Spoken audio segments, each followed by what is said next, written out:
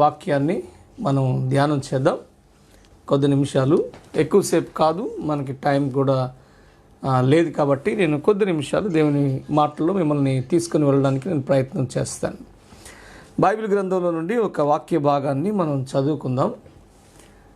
కీర్తనల గ్రంథము 31వ కీర్తన 19వ వచనం. నేను మొన్నటి దినాన ఈ మాటలు నేను జ్ఞాపకం చేశాను. మరొక పర్యాయం ఈ మాటల్ని నేను ఇప్పుడు జ్ఞాపకం చేస్తున్నాను. 31వ కీర్తన 19వ అధ్యాయము 31వ కీర్తన 19వ వచనాన్ని చదువుతున్నాను. నీ యందు భయభక్తులు గలవారి నిమిత్తము నీవు దాచి ఉంచిన మేలు ఎంతో గొప్పది. నరుల ఎదుట నిన్ను ఆశ్రయించు వారి నిమిత్తము నీవు సిద్ధపరిచిన మేలు ఎంతో గొప్పది. ప్రియమైన దేవుని బిడ్డలారా, మేలు, ఆశీర్వాదము, దీవెనలు అనే పదాలు మనం ఉపయోగిస్తూ ఉంటాం. ఇవన్నీ ఒకే భావాన్ని ఇచ్చేవి, ఒకే కోవకు చెందినవి. ఈ పదాలన్నీ సింపుల్గా వీటన్నిటిని ఆశీర్వాదాల గురించి తరచు మనం అనేక బోధలు వింటూ ఉంటాం. చిన్న దైవ సేవకుడి నుంచి పెద్ద దైవ సేవకులు, చిన్న పెద్ద దైవ సేవకులు ఉండరు. అంటే అలా ఎవరిని చెప్పుకుంటామనంటే, ఒక చిన్న కాంగ్రిగేషన్ నడిపిస్తున్న దైవజనుడి దగ్గర నుంచి ఓ పెద్ద కాంగ్రిగేషన్ నడిపిస్తున్న దైవజనుడి వరకు కూడా ఆశీర్వాదాల గురించి విరివిగా బోధించడం మనం చూస్తూ ఉంటాం. చాలా మంచిది, దేవుడు ఆశీర్వదిస్తాడు ఖచ్చితంగా. అయితే దేవుడు అనాలోచితంగా ఏది చేయడు. ఆయన ప్రతి దానికి చాలా స్పష్టత కలిగి ఉంటాడు. అందుకని ఆశీర్వాదాలు ఎలా ఉంటాయి అనే విషయాలు క్లుప్తంగా నేను చెప్పడానికి ప్రయత్నం చేస్తాను. నిజానికి దేవుడు ఆశీర్వదించడానికే మానవుని తయారు చేసినట్టుగా ఈ బైబిల్ గ్రంథంలో అప్పటి నుంచి మనం చూడగలుగుతాం. బైబిల్లో ఇలా రాసి ఉంది. ఆదికాండము 1వ అధ్యాయము 28వ వచనం లోపట ఇలా ఉంది. ఏమనుంది అనంటే, దేవుడు వారిని ఆశీర్వదించెను ఎట్లనగా మీరు ఫలించి అభివృద్ధి పొంది విస్తరించి భూమిని నిండించి దానిని లోబర్చుకొనుడి. చాలు. ఇక్కడ ఒక అద్భుతమైన మాట వ్రాయబడి ఉంది. ఏంటంటే, దేవుడు వారిని ఆశీర్వదించెను. ఎలా అంటే, ఆయన అంటాడు, మీరు ఫలించాలి, అభివృద్ధి పొందాలి, విస్తరించాలి, భూమిని నిండించాలి, దాన్ని లోపరుచుకోవాలి అని అంటాడు. అంటే మనకేం అర్థం అవుతుంది ఈ వాక్యాన్ని బట్టి అని అంటే, దేవుడు ఆశీర్వదిస్తాడు, ఆశీర్వాదకరంగా మనం ఉండాలని దేవుడు కోరుకుంటాడు, ఆశీర్వదించాడు ఆల్రెడీ. ఇలా చెప్పుకుంటాం మనం. సో ఇక్కడ దేవుడు ఆశీర్వదించిన దానిని బట్టి మనం చూస్తే, ఆ మొదటి మానవులైన హవ్వ, ఆదాములు వారు ఆ ఆశీర్వాదాన్ని ఎలా అనుభవిస్తూ వచ్చారు అనంటే, కొంతమంది ప్రముఖమైన వ్యక్తులను చరిత్రలో మనం చూస్తాం. అలెగ్జాండర్ ది గ్రేట్, నెపోలియన్, లేకపోతే సమ్రాట్ అశోక, అక్బర్, ముస్సోలిని, ఇలాంటి వాళ్ళని కొంతమందిని చూస్తాం మనం.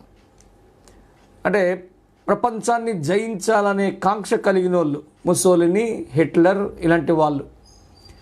ఇలాంటి తీవ్రమైన కోరికను కలిగి కొందరు ఇందులో కొంతవరకు విజయాన్ని సంపాదించుకున్నారు. అలాంటి వారిలో అలెగ్జాండర్ ఉంటాడు, సీజర్స్ ఉంటారు, ఇంకా చాలామంది మనకి కనపడతారు ఇలాంటి వాళ్ళు. అయితే వాళ్ళని గురించి మనం చెప్పుకుంటాం. వాళ్ళు ఈ భూమి మీద ఉన్న కొన్ని దేశాలని పరిపాలించారు. వాళ్ళు ప్రపంచ చక్రవర్తులు అని చెప్పుకుంటాం. కానీ నిజానికి ఇప్పుడు నేను చెప్పిన లిస్టులో ఎవరు కూడా భూమి మీద నివసిస్తున్న దేశాలన్నింటినీ, జాతులన్నింటినీ వారు జయించిన వారుగా ఉండినట్టు చరిత్రలో కూడా సాక్ష్యాలు లేవు. ఈవెన్ అలెగ్జాండర్ ది గ్రేట్ కూడా ప్రపంచమంతటిని జయించారని చెప్పుకునినా అతడు భారతదేశానికి వచ్చాడు, భారతదేశాన్ని జయించలేకపోయాడు. అతనిని ఇక్కడ ఒక పురుషోత్తముడు అతన్ని ఎదిరించాడు. ఎదిరించిన తర్వాత అతడు తిరిగి సంధి చేసుకొని తిరిగి వెళ్ళిపోతున్నప్పుడు అతనికి ఒక జ్వరం వచ్చింది. అతడు బాబిలోనియాలో ఆల్మోస్ట్ చనిపోయినట్టుగా మనం చరిత్ర చూస్తాం. అయితే మీరు బాగా గమనించండి, దేవుని ఆశీర్వాదాల్లో మొదటి ఆశీర్వాదం ఏంటంటే అవ్వాదాములకి మీరు ఏలుడి అని అన్నాడు దేవుడు.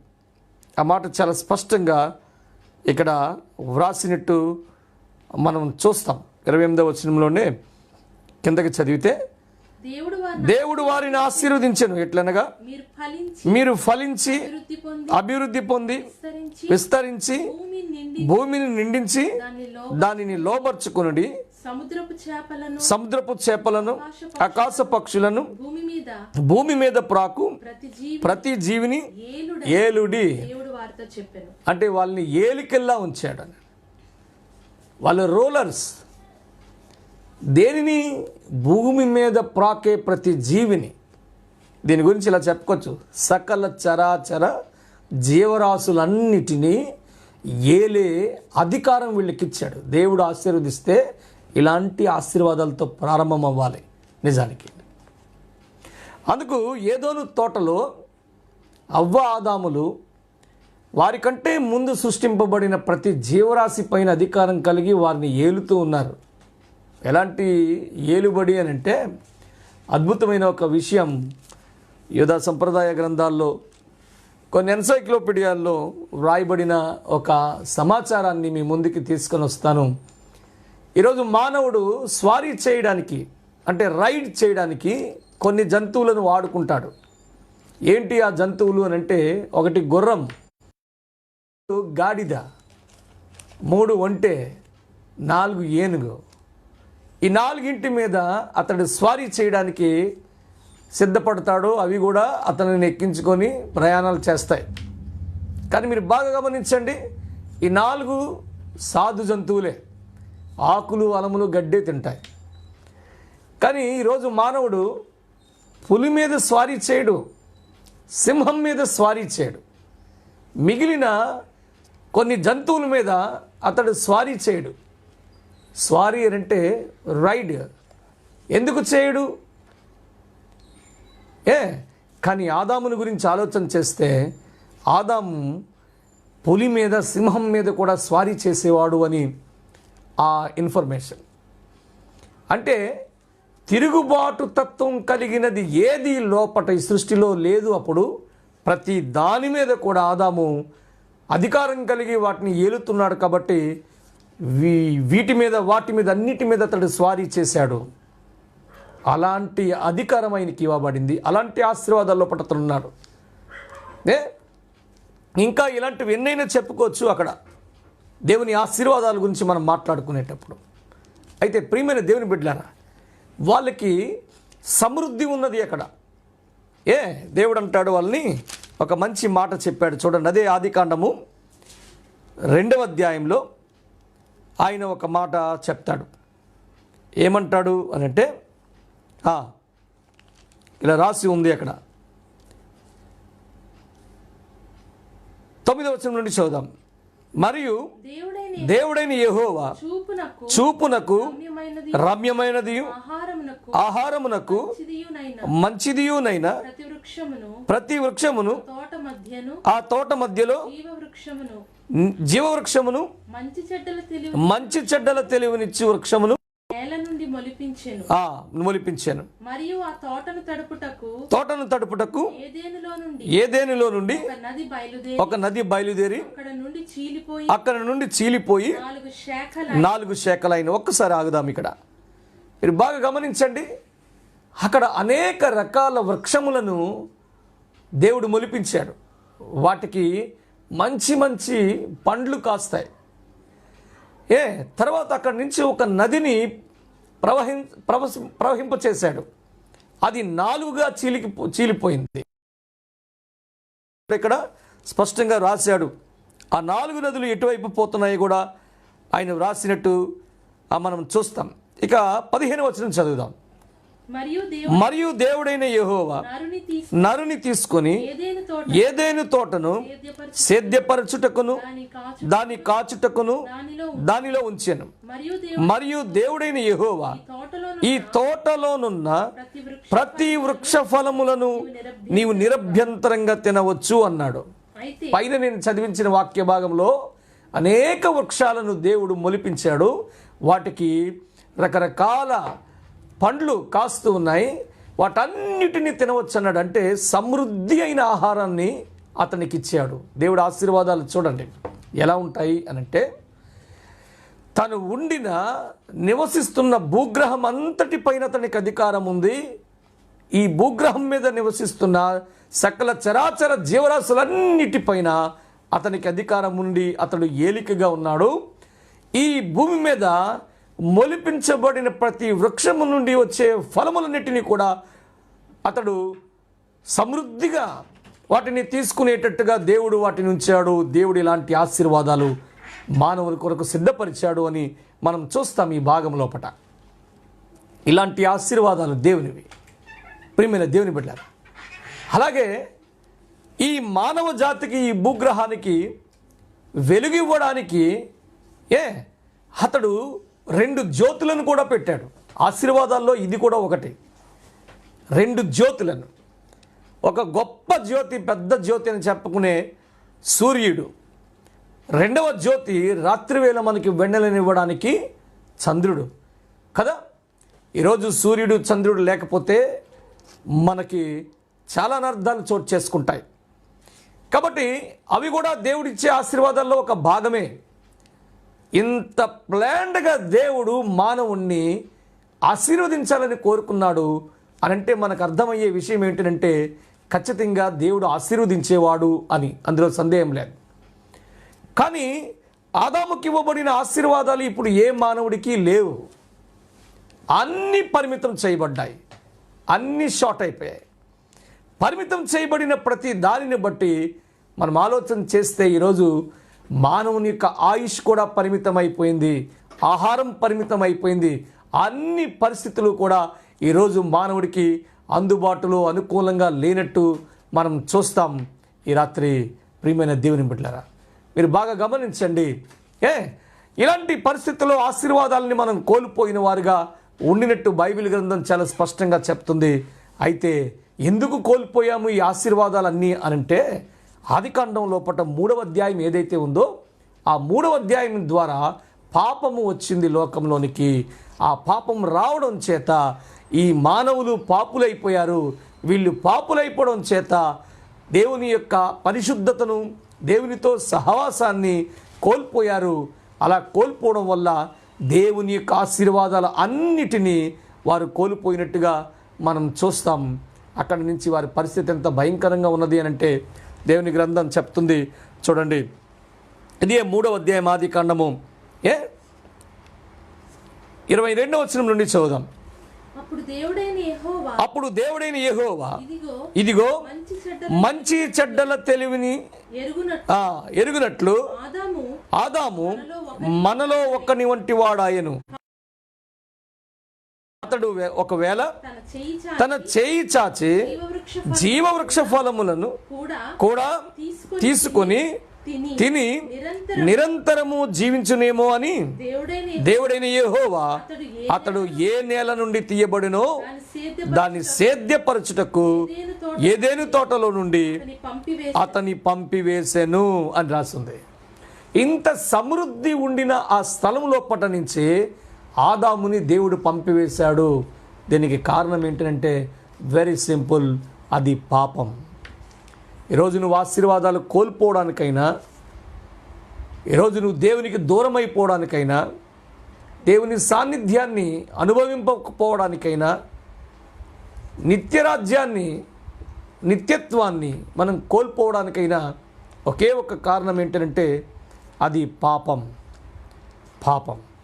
పాపం వలన ఈ ఆశీర్వాదాలన్నింటినీ వీరు కోల్పోయినట్టుగా దేవుని వాక్యం లోపల స్పష్టంగా మనకి కనపడుతుంది.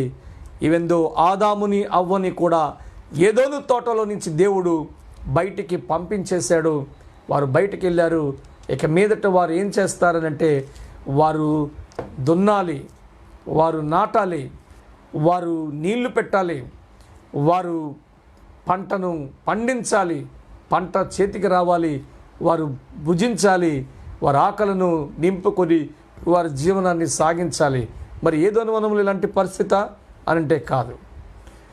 కానీ ఇప్పుడు భూమి నేల శపింపబడిపోయింది కాబట్టి అది ఇతనికి శ్రేష్టమైన ఆహారం ఇచ్చే మొక్కలను వృక్షాలను మొలిపించాలంటే దానికి ఆ యోగ్యతను కోల్పోయినట్టుగా మనం చూస్తాం. శ్రమించవలసిన పరిస్థితి ఏర్పడింది.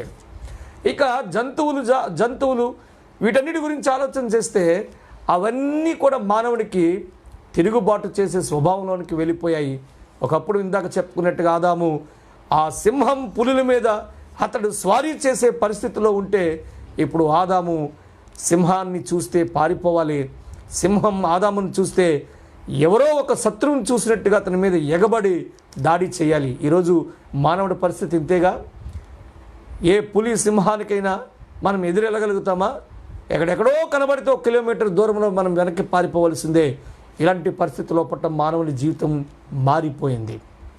కానీ దేవుడైతే అతడు ఆశీర్వదించడానికి మరి ఎంత మంచి ప్రణాళికను కలిగి ఉన్నాడు, ఆ ప్రణాళికను దేవుడు అతనికి ఇచ్చాడు అనే విషయాన్ని చూస్తే అది ఒక గొప్ప ప్రణాళిక కదా. అంత మంచి ప్రణాళికను దేవుడు ఏర్పాటు చేసినట్టు మనం చూస్తాం. ఈరోజు ఆ ప్రణాళిక లోపట నుంచి మానవుడు జారిపోయాడు, పడిపోయాడు, ఒక దౌర్భాగ్య స్థితి లోపటికి వెళ్ళిపోయాడు. ప్రియమైన దేవుని బిడ్డలారా, ఇప్పుడు ఏమైంది అనంటే అన్ని పరిమితి చేయబడ్డాయి. ప్రతిదీ పరిమితి చేయబడింది. దేవుడు ఉచితంగా ఇచ్చాడు. వాటిని మనం మన చిత్తానుసారంగా దేవునికి అవిధేయతను ప్రదర్శించి వాటన్నిటిని కోల్పోయాం.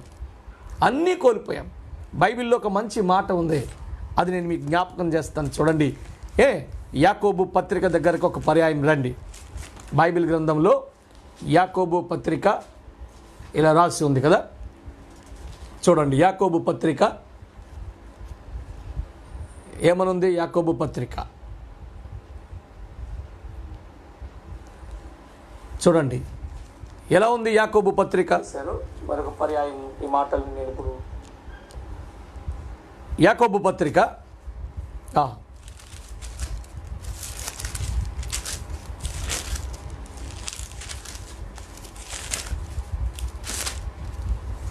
4వ అధ్యాయము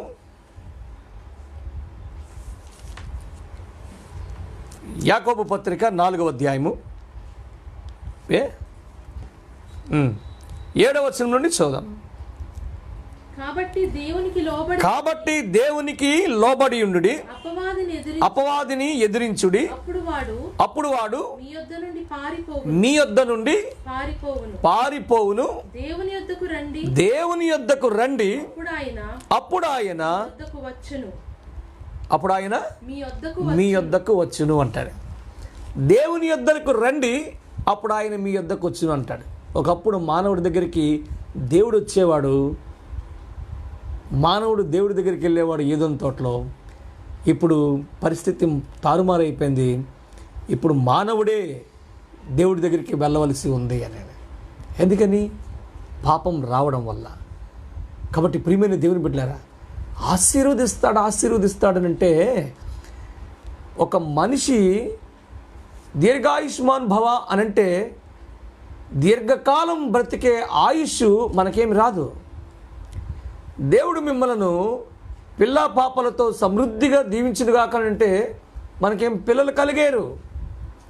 ఆశీర్వాదాలు మనం అలా అనడం వల్ల ఏం జరిగిపో. పరిస్థితులను మానవుడు చేజార్చేసుకున్నాడు. ఇప్పుడు ఏం చెయ్యాలి అని అంటే ఆశీర్వాదాలకి, దేవుడి దగ్గర ఉండిన దీవెనలకి, దేవుడి దగ్గర నుంచి సంపాదించుకునే మేళ్ళకి మనం వాటిని ఎలా సంపాదించుకోవాలో బైబిల్ చాలా స్పష్టంగా చెప్తుంది. అలాగే బైబిల్ ఆశీర్వాదాలు ఎలా ఉంటాయో, ఎన్ని రకాలుగా ఉంటాయో కూడా బైబిల్ స్పష్టంగా చెప్పినట్టు మనం చూస్తాం. మన మూలవాక్యంగా ఒక వాక్య భాగాన్ని చదువుకున్నాం. అదేంటంటే ఇంత క్రితం చదివాం మనం. కీర్తనల గ్రంథం 31వ కీర్తన 19వ వచనం లోపట ఇలా ఉంది. చదువుదామా? చూడండి, మళ్ళీ ఒకసారి ఈ మాటలు చదువుకుందాం. నీ యందు భయభక్తులు గలవారు నిమిత్తము నీవు దాచి ఉంచిన మేలు ఎంతో గొప్పది. నరుల ఎదుట నిన్ను ఆశ్రయించిన వారి నిమిత్తము నీవు సిద్ధపరిచిన మేలు ఎంతో క్రితం నేను చెప్పాను ఏమనంటే, మేలన్నా దీవెనలన్నా ఆశీర్వాదాలన్నా ఇవి ఒకే కోవకు చెందిన పదాలు అని, ఒకే భావాన్ని ఇస్తాయి అని. కాబట్టి ఇక్కడ వ్రాయబడిన మాట ఏంటంటే మేలు అని ఉంది. సో మేలంటే ఆశీర్వాదము, మేలంటే దీవెన, ఇలా అనుకుందాం. మరి దేవుడి దగ్గర నుంచి మేలు, దీవెన, ఆశీర్వాదాలు ఎలా వస్తాయి అనంటే దేవుని వాక్యం ఇక్కడ సెలవిస్తుంది, నీ యందు భయభక్తులు గల వారి నిమిత్తం అంటాడు. మేళ్ళు అనేవి దేవుడి దగ్గర ఉన్నాయి, ఆశీర్వాదాలు దేవుడి దగ్గర ఉన్నాయి, దీవెనలు దేవుడి దగ్గర ఉన్నాయి, సమృద్ధిగా ఉంటాయి. ఎందుకో తెలుసా, మనకైతే ఈ భూమి మీద అన్ని పరిమితి చేయబడి ఉంటాయి. మనం ఏదైనా ఒకటి సంపాదించుకోవాలంటే దానికి మనం కొంత కష్టపడాలి, ప్రయాసపడాలి. కానీ దేవునికి అలా కాదు. దేవుడు ఎలాంటి వాడు అనంటే విశ్వ చక్రవర్తి. విశ్వమంతా ఆయన స్వాధీనంలో ఉన్నది, విశ్వమంతా ఆయన చేతి పని అయి ఉన్నది, విశ్వమంతటికి అతడు సృష్టికర్త అయి ఉన్నాడు. మీకు తెలుసా, ఈ భూగ్రహం ఏదైతే ఉందో అది ఒక సౌర కుటుంబంలో ఇరుక్కొని ఉంది. ఇలాంటి కొన్ని వందల వేల కోట్ల సౌర కుటుంబాలు కలిస్తే ఒక పాలపుంత, కొన్ని వందల వేల కోట్ల పాలపుంతలు ఒక గెలాక్సీ అయితే, కొన్ని వందల వేల కోట్ల గెలాక్సీలు ఒక నెబ్యులా, కొన్ని వందల వేల కోట్ల నెబ్యులాస్ ఓల్ యూనివర్సిటీ. ఈ నెబ్యులాస్ దగ్గర నుంచి మనం కాలిక్యులేట్ చేసుకుంటూ కౌంట్ చేసుకుంటూ వస్తే భూగ్రహము ఒక ఇసుక రేణువులో కూడా 1/4 భాగమంతా ఉండదు. కానీ సృష్టి ఎంత విశాలమైందో చూడండి. ఎంతటి సృష్టిని సృష్టించిన సృష్టికర్త ఆయనకి ఏది కొద్దు ఉంటుంది, ఆయన దగ్గర ఏది తక్కువ ఉంటుంది. ఆయన ఒకరోజు అబ్రాహాం దగ్గరికి వెళ్ళినప్పుడు 18వ అధ్యాయం మీరు చదవండి. తర్వాత 18వ అధ్యాయం ఆది కాండంలో అబ్రాహాం ఇంటికి వెళ్ళినప్పుడు అబ్రాహాం మంచి విందు ఇచ్చాడు దేవునికి. ఆ విందు ముగిసిన తర్వాత అబ్రాహాంతో దేవుడు మాట్లాడుతూ ఉంటాడు, నాకు అసాధ్యమైనది ఏమైనా ఉన్నదా. అప్పటికే అబ్రాహాం భార్య ఆ గుడారం ద్వారపు వెనకాల ఉండి ఆమె నవ్వుతూ ఉంది. అందుకని అంటాడు దేవుడు, మీ ఆవిడ నవ్వుతుందయ్యా, నీ ముందు కూర్చున్నవాడు ఆసామాసి మనిషినా, నాకు అసాధ్యమైనది ఏమైనా ఉండునా అని అడుగుతాడు. నీకు ఏమి ఇవ్వలేడు చెప్పండి దేవుడు, నీకు ఏ సహాయం చేయలేడు దేవుడు చెప్పండి. అలాంటిది ఏమీ లేదు బైబిల్లో ఉన్న దేవుడి దగ్గర. అంత సమృద్ధిగా ఆయన దగ్గర ఆశీర్వాదాలు ఉన్నాయి, అన్ని దీవెనలు ఉన్నాయి. ఊరికి నేను నోటి మాటకి మిమ్మల్ని దీవిస్తాడని చెప్పేసి, మిమ్మల్ని దీవిస్తున్నాడు అని చెప్పేసి మన జీవితాలు మారకుండా, బ్రతుకులు మారకుండా, జీవితాలు మారేందుకు, బ్రతుకులు మారేందుకు కావలసిన సూచనలు, మార్గాలు సూచించకుండా ఈరోజు మిమ్మల్ని దీవిస్తాడు ఆశీర్వదిస్తాడని చెప్పడం మీ ఆధ్యాత్మిక జీవితంలో మిమ్మల్ని కుంటుపరిచేలా చేయడం కాదా? ఆత్మీయంగా మిమ్మల్ని వైకల్యంలోనికి నడిపించడం కాదా? అందుకని ఈరోజు దేవుని నిజమైన ఆశీర్వాదాన్ని నువ్వు సంపాదించుకోవాలి అనంటే దానికి ఒకటే ఏంటనంటే దేవుని యందు భయభక్తులు కలిగి నువ్వు జీవించగలగాలి అని. దేవుని యందు భయభక్తులు కలిగి నువ్వు జీవించాలి. అందుకు ఆయన ఆల్రెడీ ప్రిజర్వ్ చేసి ఉంచాడు, దాచి ఉంచాడు మేళ్ళు. ఎవరైతే ఆయన యందు భయభక్తులు కలిగి ఉంటారో వారి జీవితాల్లోనికి ఖచ్చితంగా ఆయన ఆ మేళ్లను, దీవెనలను, ఆశీర్వాదాలను ఆయన వారి జీవితంలోనికి పంపిస్తాడు. ఇప్పుడు మీరు నన్ను ప్రశ్న అడుగుతారు, నేను ముగిస్తాను. దేవుని యందు భయభక్తులు కలిగి ఎలా ఉండాలో తర్వాత ఇంకొక పాఠం మనం నేర్చుకుందాం.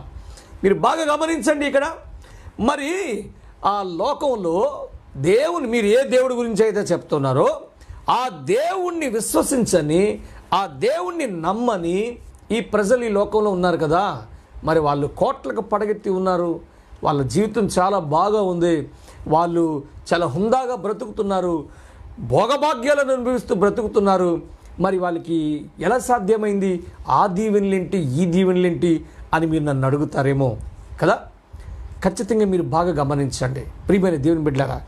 దీవెనలు చాలా రకాలుగా బైబిల్లో మనకు కనబడతాయి, ఆశీర్వాదాలు చాలా రకాలుగా కనబడతాయి. ఈ మేలు ఏవైతే ఉన్నాయో, రక్షింపబడిన విశ్వాసి రక్షణ పొందిన తర్వాత నుంచి తను బ్రతికే కొద్ది కాలపు బ్రతుకు లోపట అతని యొక్క భౌతిక జీవితానికి కావలసిన వాటిని దేవుడు అనుగ్రహించేందుకు సిద్ధపరిచిన కొన్ని మేళ్ళుంటాయి. అది ఒకటి. రెండవది, రక్షింపబడ్డంతోనే మనం ఈ భౌతిక జీవితాన్ని ముగించిన తర్వాత నిత్యత్వంలో ప్రభుతో యుగయుగాలు అనుభవించే ఆ గొప్ప భాగ్యంలోనికి వెళ్తాం చూసారా, అది నిత్యత్వపు ఆశీర్వాదాలు. ఆ రెండింటిని దేవుడు మనకి సిద్ధపరిచాడు.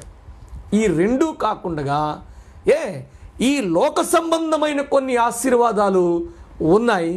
అవి ఈ ప్రభువుని రక్షకునిగా అంగీకరించని ప్రజల జీవితాల్లో ఉండే భౌతికపరమైన ఆశీర్వాదాలు. అవి మెటీరియలిస్టిక్ బ్లెస్సింగ్స్. మీరు బాగా గమనించండి. దేవుడు ఎంత న్యాయవంతుడో చెప్తాను. బైబిల్లో ఉన్న దేవుడు ఎంత న్యాయవంతుడో చెప్పేసి నేను ఈరోజు ప్రార్థన చేస్తాను. మీరు బాగా గమనించండి. అతడు ఎంత న్యాయవంతుడు అనంటే, ఈ భూమి మీద మానవులను సృష్టించాలనుకున్నాడు, మానవులతో ఈ భూమిని నింపేయాలనుకున్నాడు దేవుడు. అంతే కదా, అంతే. ఆదాము అని పేరు ఉంది కదా మొదటి మానవునికి. ఆదాం, అతనిని హెబ్రీ భాషలో ఇలా చెప్పచ్చు, ఆదాం అని. ఆదం అని సౌండ్ చేయాలి కదా. ఆదం అనే మాటకు అర్థం మ్యాన్ కైండ్ అని, అంటే మానవాళి లేకపోతే మానవ జాతి అని అర్థం. ఇది ఆదాము అని అంటే కదా. అదేంటి, ఆదాము ఒక్కడేగా. ఒక్కడే అయితే మానవాళి అని మానవ జాతి అని అలాంటి పేరు ఎందుకు పెడతాడు దేవుడు అనంటే, ఇక్కడ మీరు గమనించాల, ఒక్క మనిషిని ద్వారానే ఈ భూగ్రహం అంతటిని నింపాలనుకున్నాడు దేవుడు. ఆ ఒక్క మనిషిని పాపం చేసి భూగ్రహం మీద ఉన్న మానవ జాతి అంతటిని పాపంలోకి నెట్టేసి నరకం వైపు నడిపిస్తున్నాడని ఒక్క మనిషిని ద్వారానే ఈ మానవులందరినీ రక్షించాలనుకున్నాడు. అందుకనే మొదటి మానవుడు పాపం తెచ్చి నరకానికి మనల్ని సిద్ధపరిస్తే, కడపటి మానవుడు, చివరి మానవుడిగా చెప్పుకునే కడపటి ఆదామైన యేసుక్రీస్తు ఒక్కడే నాశనమైపోతున్న మానవ జాతి అంతటిని నరకం వైపు నుంచి మళ్లించి నిత్యత్వానికి తీసుకుని వెళ్ళాడని. ఒక్క మానవుడి ద్వారా ఈ భూమి మీదకి మానవులందరినీ తీసుకురావాలని కోరుకున్న దేవుడు, అప్పుడు మానవుడి గురించి మనం ఇలా చెప్పొచ్చు. ఏమని చెప్పొచ్చు అనంటే, మానవుడు ఎలాంటి వాడు అనంటే, ఆదాము అనే మొదటి మానవుడు కొన్ని వందల వేల కోట్ల మందిని ఉత్పత్తి చేయగలిగిన, మానవోత్పత్తి చేయగలిగిన ఒక కర్మాగారంగా దేవుడు మొదటి మానవుడైన ఆదామును తయారు చేశాడు అని. ఎంత గొప్ప దేవుడు చూడండి. కొన్ని వందల వేల కోట్ల మంది మానవులను ఉత్పత్తి చేయగలిగిన ఒక కర్మాగారంగా మొదటి మానవుణ్ణి చేశాడు. అయితే ఆ మానవ జాతి అంతటి కోసం, వారందరి ప్రయోజనాల కోసమే మొదటి ఆ రోజు నుంచి ఒకటి 5వ రోజు వరకు చేసుకుంటూ దేవుడు వచ్చాడని. సృష్టి క్రమాన్ని చూస్తాం కదా. 5 రోజుల వరకు దేవుడు చేశాడు, 6వ రోజు మానవులను చేశాడు, 7వ రోజు విశ్రమించాడు అని మనం చెప్పుకుంటాంగా. అనంటే ఈ 6వ రోజున చేయబడే మానవుని కొరకు ఆ మొదటి రోజు నుంచి ఆయన 5వ రోజు వరకు చేసినవన్నీ కూడా మానవుని యొక్క ప్రయోజనాల కొరకే దేవుడు చేశాడు అని. మానవుని యొక్క ప్రయోజనాల కొరకే, మానవుని యొక్క ప్రయోజనాల కొరకు చేసిన వాటి లోపట దేవుడు ఏంటంటే ప్రప్రదంగా ఒకటి సూర్యుణ్ణి మానవుల కొరకు కలుగజేశాడు, సృష్టించాడు అని. రెండవది, మానవుల కొరకు అతడు ఒక ఋతువులతో ఒక మంచి కాలాలతో వాతావరణాన్ని దేవుడు ఈ భూమి యొక్క ఆవర్తనంలో కలుగజేసి ఉంచాడు అనేది. ఇవి దేవుడు చేశాడు. ఇది ఎక్కడి వరకు చేశాడు అని అంటే, మొదటి మానవుని చేసినప్పుడే ఈ మొదటి మానవుడికి ఎన్ని వందల వేల కోట్ల మంది పుడతారో దేవుడికి తెలుసు. ఆయన భవిష్యత్తు ఎరిగిన దేవుడు కనుక ఈ ఒక్క మానవుడి దగ్గర నుంచే మానవోత్పత్తి చేయగలిగిన ఒక కర్మాగారంగా ఆదామును దేవుడు చేశాడు. కాబట్టి చిట్ట చివరి మానవుడి వరకు ఎన్ని వందల వేల కోట్ల మంది మానవులు ఈ భూమి మీదకి వస్తారో వాళ్ళందరి ప్రయోజనం కొరకే సూర్యుడిని కలుగజేశాడు, ఈ వాతావరణాన్ని కలుగజేశాడు అనేది అర్థమైందా? అయితే పాపం చేసిన తర్వాత మానవుడు ఏం కోల్పోయాడు అనంటే అతడు కొన్ని ప్రత్యేకమైన ఆశీర్వాదాలను కోల్పోయాడు, దేవుని యొక్క సహవాసాన్ని కోల్పోయాడు, నిత్యత్వపు ఆశీర్వాదాలను అతడు కోల్పోయాడు, దేవునికి దూరం అయిపోయాడు. ఇందాక యాకోబు పత్రికలో మనం చదివిన భాగం ప్రకారం 4వ అధ్యాయంలో ఉన్న మాట ప్రకారం మీరే దేవుడి దగ్గరికి రావాలి ఇప్పుడు. ఎందుకంటే దేవుడి దగ్గర నుంచి పారిపోయింది మనమే దేవుడి దగ్గరికి వెళ్తే ఇప్పుడు దేవుడు మన దగ్గరికి వస్తాడు. ఇప్పుడు మనమే దేవుడి దగ్గరికి వెళ్ళాలి. దేవుడి దగ్గర ఏమున్నదో తెలుసా? దేవుడి దగ్గర సహవాసం ఉంది, దేవుడి దగ్గర ఆశీర్వాదాలు ఉన్నాయి, దేవుడి దగ్గర మేళ్ళు ఉన్నాయి, దేవుడి దగ్గర దీవులు ఉన్నాయి.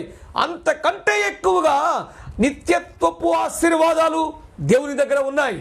అందుకొరకైనా మనం వెళ్ళాలి, దేవుడి దగ్గరికి మనమే వెళ్ళాలి. కాబట్టి ప్రియమైన దేవుని బిడ్డలారా, అయితే దేవుడు ఎంత గొప్పవాడనంటే ఏవైతే ఆశీర్వాదాలు కోల్పోయామో అవి మళ్ళీ దేవుడి దగ్గరికి వెళ్ళి మనం సంపాదించుకోవచ్చు.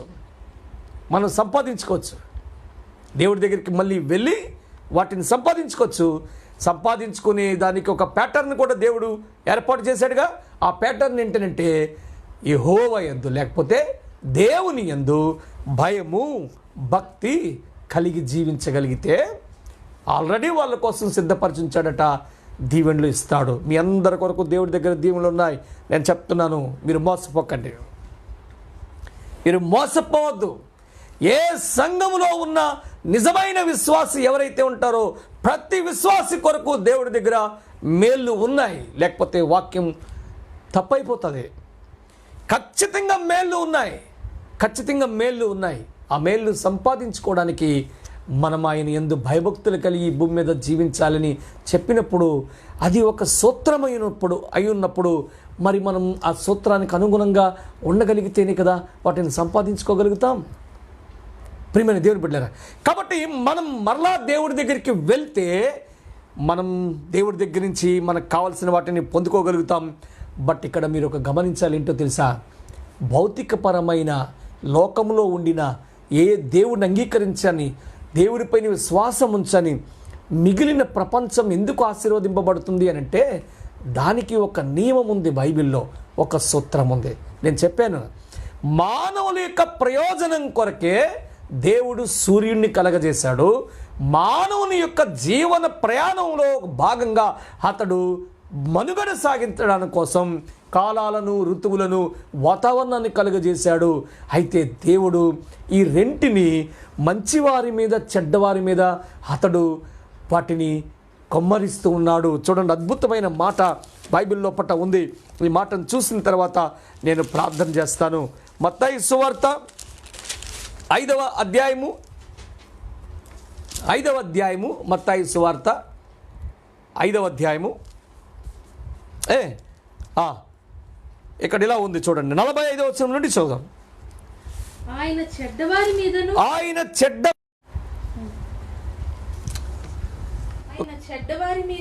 మత్తయి సువార్త 5వ అధ్యాయము 45వ వచనం. ఆయన చెడ్డవారి మీదను మంచివారి మీదను తన సూర్యుని ఉదయింపజేసి నీతిమంతుల మీదను అనీతిమంతుల మీదను వర్షము కురిపించుచున్నాడు. వండర్ఫుల్ వర్డ్స్ అండి బైబిల్లో పట. మంచివారి మీదను చెడ్డవారి మీదను, నీతిమంతుల మీదను అనీతిమంతుల మీదను, ఈ సృష్టితో లింక్ చేసిన కొన్ని ఆశీర్వాదాలు ఉంటాయి. ఈ ప్రకృతితో లింకప్ అయిన కొన్ని ఆశీర్వాదాలు ఉంటాయి. దేవుడు వాటిని వెనక్కి తీసుకోలేదు. మానవ జాతితో పాటు కోటాను కోట్ల జీవరాశులు కూడా ఈ భూమి మీద జీవిస్తున్నాయి. అందుకని సూర్యుడిని, ఈ వాతావరణాన్ని, ఈ భూమి మీద ఉన్న సకల చరాచర జీవరాశుల యొక్క ప్రయోజనం కొరకు, క్షేమం కొరకు దేవుడు దీనిని కలుగజేశాడు. ఈ ఆశీర్వాదాలని వీటిని వెనక్కి తీసుకోలేదు, అవి కొనసాగుతూనే ఉన్నాయి. కాబట్టి ప్రియమైన దేవుని బిడ్డలారా, వీటికి కూడా ఒకరోజు అవి పరిమితి చేయబడ్డాయి, ఒకరోజు ఆగిపోతాయి. సూర్యుడు ఆగిపోతాడు. బైబిల్ చాలా స్పష్టంగా చెప్తుంది, సూర్యుడు ఆగిపోతాడు. ఆగిపోతాడు అనడానికి మీరెలా చెప్తారండి? ఎప్పుడైనా జరిగిందా ఇలాగనంటే, ఒకసారి సూర్యుడు ఆగిపోయాడు. యెహోషువ కాలం లోపట మీరు బైబిల్ని బాగా చదివితే ఒకరోజు సూర్యుడిని యెహోషువ ఆఫ్ చేసినట్టు మనం చూస్తాం. యెహోషువ గ్రంథం, బైబిల్ గ్రంథంలో తెరిచి మనం ఈ మాటలు చూద్దాం. ఒక్కసారి చూడండి, నేను ముగించేస్తున్నాను. చిన్న అంతరాయం కలిగింది కాబట్టి వాక్యాన్ని చూస్తున్న వారి కొరకు దీన్ని కంటిన్యూ చేస్తున్నాను యాక్చువల్గా.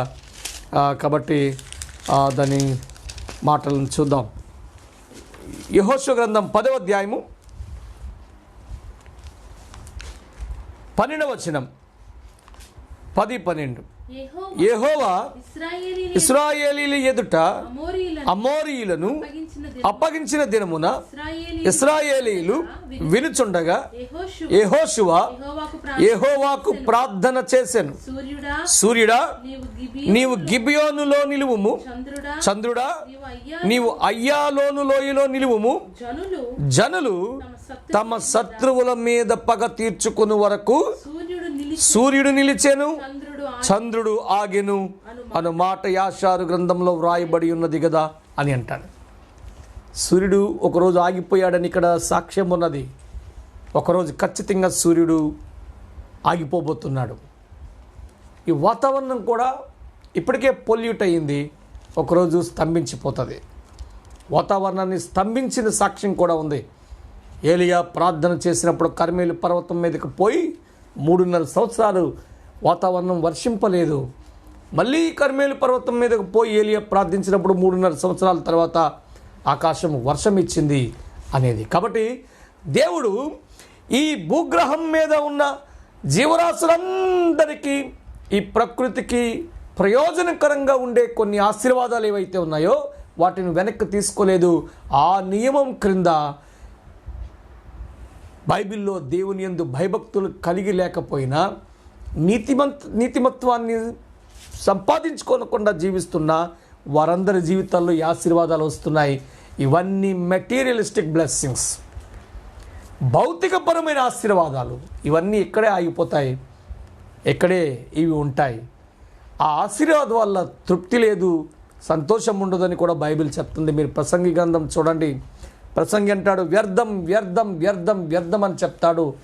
ఈ లోక సంబంధమైన ఆశీర్వాదాలు కలిగిన వారు మేము చాలా ఉన్నతంగా ఉన్నాం, మిగిలిన ప్రపంచం కంటే మేము గొప్పవాళ్ళమని అనుకుంటే అది వ్యర్థం. దేవుని వాక్యం చాలా స్పష్టంగా చెప్తుంది.